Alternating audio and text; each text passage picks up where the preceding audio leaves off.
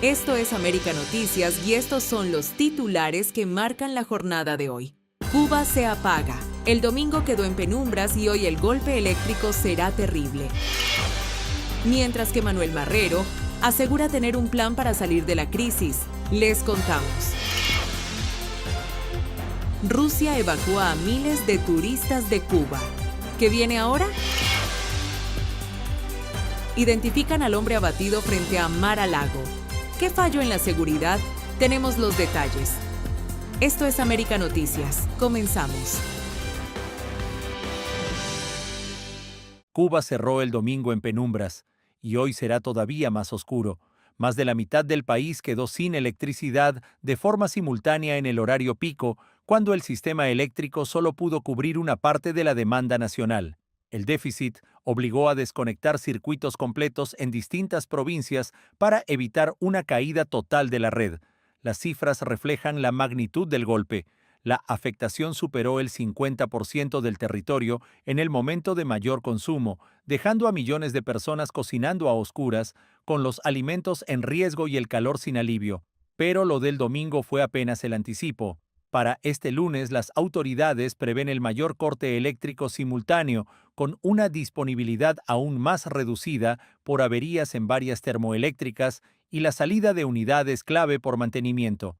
A esto se suma la falta de combustible que mantiene fuera de servicio buena parte de la generación distribuida. En términos prácticos, el país producirá menos de la mitad de la energía que necesita, un desbalance que obligará a apagar regiones enteras al mismo tiempo durante horas.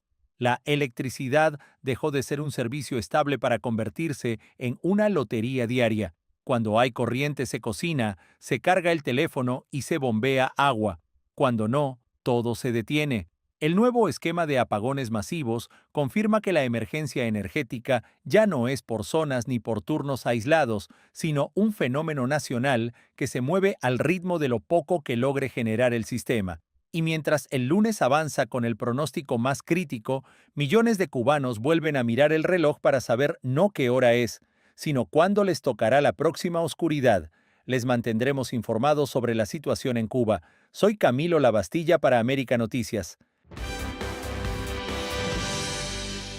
Marrero habla de plan contra plan, mientras la isla funciona en modo supervivencia. En medio de un país donde moverse depende de si aparece combustible y donde la economía opera a medio pulso, el primer ministro cubano Manuel Marrero volvió a lanzar su consigna de plan contra plan como respuesta a la crisis energética. La necesidad también imprescindible de la sustitución de los combustibles, buscando vías que sean propias a nivel local. Hay que tener un control mucho más riguroso de los avances que se alcanzan en todos los sectores y en todos los lugares, asociado a la búsqueda de soluciones alternativas. Incluso hay que reconocer que hay también aportes de forma de gestión no estatal para garantizar la vitalidad de algunos centros importantes. Lo hizo en redes sociales, citando a José Martí y apelando a la unidad frente a lo que calificó como una estrategia del enemigo para asfixiar al país. Un discurso de confrontación que llega justo cuando crece el malestar ciudadano por los apagones prolongados y la falta de carburante que tiene frenado el transporte, la producción y buena parte de los servicios. La semana pasada, en la reunión con la cúpula del poder, Marrero insistió en más control sobre los recursos y en buscar soluciones locales para sustituir el combustible que no llega. Pero hubo un reconocimiento que no pasó desapercibido. Admitió que son las MIPYMES las que están importando combustible para mantener funcionando sectores clave, es decir, que hoy parte de la infraestructura del país depende de actores no estatales. Mientras el discurso oficial habla de estrategias, en la práctica la isla opera con una lógica de resistencia diaria. Rutas de transporte recortadas, centros productivos que trabajan por ciclos y territorios administrando lo poco que tienen como si fuera una emergencia permanente. El llamado plan contra plan también llega después de décadas de programas económicos que no han logrado sacar al país del mismo punto, y en un momento en que el margen de maniobra es cada vez más estrecho. Porque más allá de las consignas, la realidad es que la actividad nacional depende hoy de soluciones improvisadas, del empuje del sector privado y de la capacidad de cada provincia para resolver por su cuenta. Y ahí está la contradicción. La realidad es que la actividad nacional depende hoy de soluciones improvisadas, del empuje del sector privado y de la capacidad de cada provincia para resolver por su cuenta. Y ahí está la contradicción, un modelo centralizado que pide más control, mientras reconoce que son los emprendedores quienes están sosteniendo áreas estratégicas. Entre la retórica de la resistencia y un país que funciona a base de parches, el plan contra plan vuelve a escena, pero sin un combustible claro que lo haga avanzar. Soy Leticia Grau para América Noticias. Rusia saca a miles de turistas de Cuba y deja al descubierto el golpe al turismo. Rusia completó la evacuación de casi 4.300 turistas que habían quedado varados en Cuba, en una operación de emergencia que confirma hasta qué punto el sector turístico de la isla está funcionando al límite. Fueron 9 vuelos, desde Varadero, La Habana, Holguín y Cayo Coco, rumbo a Moscú, organizados después de que el propio gobierno ruso recomendara suspender la venta de paquetes turísticos hacia el país por la falta de combustible para la aviación. Hace apenas unos días, muchos de esos visitantes estaban desesperados por salir de la isla, sin certezas sobre cuándo podrían regresar a casa. Russia closed flight because oil is finished and now blockade is from USA. El mensaje es claro, la normalización de los vuelos dependerá de que Cuba vuelva a tener queroseno para los aviones, y hoy ese combustible no está garantizado. El impacto va mucho más allá de estos viajeros. Rusia es el segundo mercado emisor de turismo hacia Cuba, solo por detrás de Canadá, país que también tuvo que organizar operaciones para sacar a miles de sus ciudadanos. Es decir, 2 de los principales sostenes del turismo internacional en la isla han tenido que activar planes de retirada. Y eso ocurre en un momento en que el turismo era la tabla de salvación para conseguir divisas. La imagen que queda es la de hoteles con menos movimiento, rutas aéreas en pausa y un destino que empieza a desaparecer de los catálogos de las agencias. Mientras tanto, La Habana sigue buscando oxígeno en el tablero internacional. Viajes, acuerdos y promesas de cooperación que, hasta ahora, no se traducen en el combustible ni en el financiamiento que necesita para reactivar su principal industria. Las puertas se siguen cerrando, el país pierde conexiones aéreas, mercados emisores y capacidad operativa al mismo tiempo. Y la pregunta comienza a hacerse inevitable. ¿Cuánto tiempo puede sostenerse un modelo que depende del turismo cuando los turistas están siendo evacuados? Por ahora hay vuelos de salida, pero no hay señales claras de recuperación. Soy Alma Sotomayor para América Noticias. Identifican al hombre abatido por el servicio secreto en Mar-a-Lago. Nuevos detalles sobre el incidente de seguridad que encendió las alarmas en la residencia del presidente Donald Trump en Florida. Las autoridades identificaron como Tucker Martin, de 21 años y residente en Carolina del Norte, al hombre que fue abatido por agentes del servicio secreto tras intentar ingresar armado al complejo de Mar-a-Lago en Palm Beach. A la 1:30 de esta madrugada, el equipo de seguridad detectó que un individuo había logrado ingresar al perímetro interno de Mar-a-Lago. Un agente del sheriff y 2 agentes del servicio secreto que estaban asignados al operativo acudieron al área para investigar. Allí confrontaron a un hombre blanco que llevaba un bidón de gasolina y una escopeta. Se le ordenó que soltara esos 2 objetos que tenía consigo. En ese momento, dejó el bidón de gasolina y levantó la escopeta en posición de disparo. En ese punto, el agente del sheriff y los 2 agentes del servicio secreto dispararon sus armas y neutralizaron la amenaza. El individuo falleció en el lugar.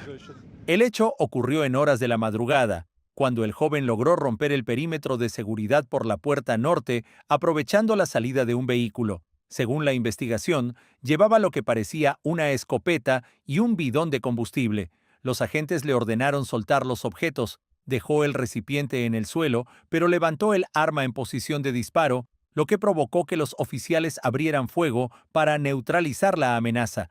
Ningún agente resultó herido. Trump no se encontraba en la propiedad en ese momento, ya que permanecía en Washington cumpliendo con su agenda oficial. El joven había sido reportado como desaparecido días antes por su familia y, hasta ahora, no tenía antecedentes conocidos por las autoridades, que trabajan en elaborar su perfil y determinar el motivo del intento de intrusión. El FBI asumió la investigación y pidió a los residentes de la zona revisar sus cámaras de seguridad para reconstruir los movimientos previos al hecho. El incidente ocurre además en un contexto marcado por amenazas previas contra el mandatario y otros episodios de violencia política en el país, lo que mantiene en máxima alerta a los organismos federales. Por protocolo, los agentes que participaron en el tiroteo fueron separados temporalmente de sus funciones mientras se desarrolla la investigación. Un nuevo episodio de seguridad que vuelve a poner a Mar-a-Lago en el centro de atención y bajo estricta vigilancia federal. Seguiremos informando. Soy Camilo Lavastilla para América Noticias.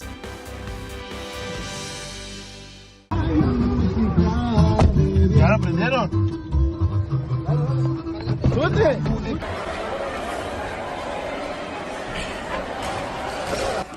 ¿Están bien?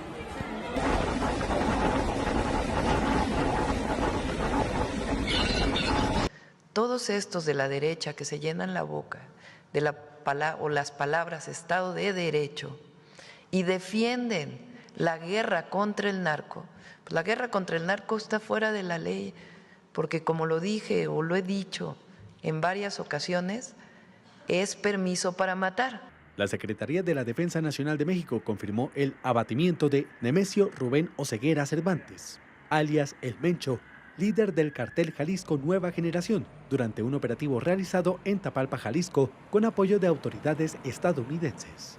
Alias El Mencho fue abatido durante un operativo en Tapalpa, 130 kilómetros al sur de Guadalajara. Oseguera Cervantes era uno de los criminales más buscados por autoridades mexicanas y estadounidenses, con una recompensa millonaria por información que condujera a su captura. Durante el operativo, explicó la autoridad, personal militar fue atacado y repelió la agresión, lo que dejó 4 presuntos integrantes del cartel Jalisco Nueva Generación fallecidos en el lugar y 3 más heridos de gravedad, quienes murieron durante su traslado aéreo a la Ciudad de México.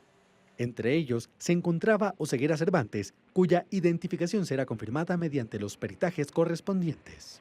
Tras el operativo y en reacción del grupo criminal, se registraron diversos bloqueos y quema de vehículos y negocios en Jalisco y en otros estados del país como Michoacán, Guerrero, Tamaulipas y Baja California. Por su parte, la Embajada de Estados Unidos en México emitió una alerta para que sus ciudadanos no salgan a la calle en Jalisco, así como en los otros estados del país, debido a la ola de violencia desatada tras la muerte de alias El Mencho. La operación fue planeada con trabajos de inteligencia militar central del Centro Nacional de Inteligencia y de la Fiscalía General de la República, a través de la Fiscalía especializada en materia de delincuencia organizada, y contó con el despliegue de refuerzos en Jalisco y estados vecinos. En cobardes ataques después de la acción para la detención del Mencho, se registraron 27 cobardes agresiones contra la autoridad. En Jalisco se registraron 6 agresiones, donde lamentablemente perdieron la vida 25 elementos de la Guardia Nacional, un custodio y uno de la Fiscalía General del Estado. Un informe de Rodolfo Rodríguez Pérez de F para América Noticias. Alerta en Miami-Dade. Lo que parecía una clínica estética más en redes sociales terminó siendo, según las autoridades, un consultorio clandestino. Agentes de la oficina del sheriff arrestaron a Maylin Maya Giraldo, de 31 años, acusada de hacerse pasar por doctora para inyectar Botox y realizar procedimientos faciales sin una sola licencia médica. La investigación arrancó tras advertencias de seguridad nacional. Luego, el Departamento de Salud de Florida lo confirmó. No estaba autorizada para ejercer ningún tratamiento relacionado con la salud, pero en Instagram su historia era otra. Promocionaba rellenos de labios, endolifting y una llamativa oferta de Botox Full Face por $450, vendiéndose como especialista. La caída llegó con una cita encubierta. En su oficina, la sospechosa retiró el maquillaje del supuesto cliente, aplicó lidocaína y preparó el vial con la sustancia que iba a inyectar. Con la jeringa en mano, los agentes entraron y la arrestaron. Según el informe, operaba con productos no aprobados y sin condiciones médicas certificadas, exponiendo a sus clientes a complicaciones graves. Ahora enfrenta múltiples cargos criminales que incluyen ejercicio ilegal de la medicina, uso de sustancias no autorizadas y posible fraude. El caso vuelve a poner en la mira el crecimiento de las clínicas estéticas clandestinas que se promocionan en redes sociales, donde los precios bajos pueden esconder riesgos para la vida. La investigación sigue abierta y no se descartan más cargos ni más víctimas. Seguiremos informando. Soy Leticia Grau para América Noticias. Gloria Estefan se pronuncia sobre Cuba en medio de la crisis. La crisis que vive Cuba sigue generando reacciones dentro y fuera de la isla, y ahora una de las voces más influyentes del exilio vuelve a entrar en el debate. La artista cubanoamericana Gloria Estefan se manifestó sobre el momento que atraviesa el país, marcado por los apagones prolongados, la falta de combustible y las serias dificultades para el funcionamiento de la vida cotidiana.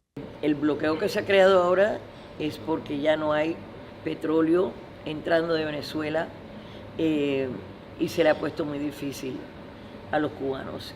Que yo cada vez que pienso digo, Dios mío, y las ambulancias, y cómo no pueden ir a los trabajos, no tienen electricidad, están oscuras, no pueden cocinar, se les pone la comida, se les echa a perder porque el refrigerador apagado tantas horas al día.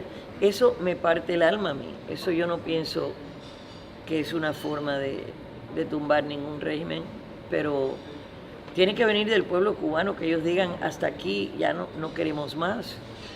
Y eso es difícil, porque cada vez que pasa algo se llevan presos, jóvenes, los padres no saben dónde están, el liderazgo es violencia. Sus declaraciones llegan en un escenario de máxima presión política y económica, con Washington intentando cortar las fuentes de financiamiento del régimen, mientras la población enfrenta las consecuencias de un sistema que hoy opera con enormes limitaciones. La cantante, que durante décadas ha sido una figura clave dentro de la comunidad cubana en Estados Unidos, abordó el tema desde una perspectiva profundamente personal, reabriendo la conversación sobre cuál es el camino real hacia un cambio en la isla. Nada vale la pena de hacer sufrir a un pueblo. Esa es la razón por la cual, pese esa dictadura que lleva 66 años en poder, tantos cubanos enviaran tanto dinero a Cuba, billones de dólares, para ayudar a sus familiares. Y es muy difícil poder aplaudir a un triunfo o a que tumbar algo a raíz de hacer a otros sufrir. Eso para mí no es muy difícil. No pienso que es lo correcto. No pienso que simplemente liberar un país y entonces ¿qué? No, si los vas a matar primero de hambre, de necesidad. Me encantaría ver ayuda humanitaria. Las sanciones de Estados Unidos, te digo la verdad, las únicas sanciones realmente que han habido a través de las décadas ha sido del gobierno de Cuba a los cubanos. Un pronunciamiento que no pasa desapercibido, porque ocurre justo cuando el país vive uno de los momentos más complejos de los últimos años y cuando el tema Cuba vuelve a ocupar titulares en la agenda internacional. Un mensaje que llega cuando el futuro de Cuba vuelve a estar en el centro del debate internacional, una reacción que no ha pasado desapercibida. Soy Alejandro Montes de Oca para América Noticias. Para que estés mejor informado, te dejamos con nuestras noticias en un minuto. Cuba pierde influencia total en Venezuela, La Habana retira asesores militares y de inteligencia. Informes recientes indican que Cuba está retirando progresivamente a sus asesores de inteligencia y seguridad de Venezuela, lo que marca un desplome de su influencia sobre el aparato chavista. Según fuentes citadas por Reuters, cuadros cubanos han sido removidos de posiciones clave en la APSIM y otras estructuras de contrainteligencia. En un giro acelerado tras la captura de Nicolás Maduro en una operación militar estadounidense que dejó decenas de cubanos muertos. La presidenta interina Delcy Rodríguez habría reemplazado escoltas y asesores cubanos por personal venezolano, rompiendo la dependencia directa que se consolidó desde los acuerdos de 2008 entre Caracas y La Habana. Analistas señalan que la presión de la administración Trump, con sanciones, bloqueo petrolero y ofensiva diplomática, busca precisamente quebrar el eje Caracas-La Habana y reconfigurar el equilibrio interno de poder en Venezuela. La hija de la jefa de Gaesa, del puerto del Mariel a alto cargo en Panamá. Ani Rodríguez Lastres, hija de la general Ania Guillermina Lastres Morera, actual jefa del conglomerado militar Gaesa, vive en Panamá y ha hecho carrera en el sector portuario y logístico internacional. Comenzó trabajando en la terminal de contenedores del Mariel, TC Mariel, donde se desempeñó en áreas como presupuestos comerciales, containerización, facturación e investigación de mercados para uno de los proyectos estrella del régimen. Luego pasó a ocupar cargos en empresas logísticas panameñas, mientras investigaciones periodísticas señalan que su madre aparece vinculada a propiedades e intereses económicos en ese país. El caso ilustra cómo familiares de la cúpula militar económica cubana logran insertarse en circuitos de negocios internacionales mientras la población en la isla enfrenta escasez y salarios de miseria. Rusia desmiente comunicado sobre envío de 200.000 barriles a Cuba en plena crisis energética. La Embajada de Rusia en Cuba negó la autenticidad de un supuesto comunicado del Ministerio de Exteriores ruso que anunciaba el envío de 200.000 barriles de petróleo a la isla. La sede diplomática calificó el texto que circuló en redes como falso y pidió guiarse solo por páginas y cuentas oficiales de la Cancillería y la Embajada.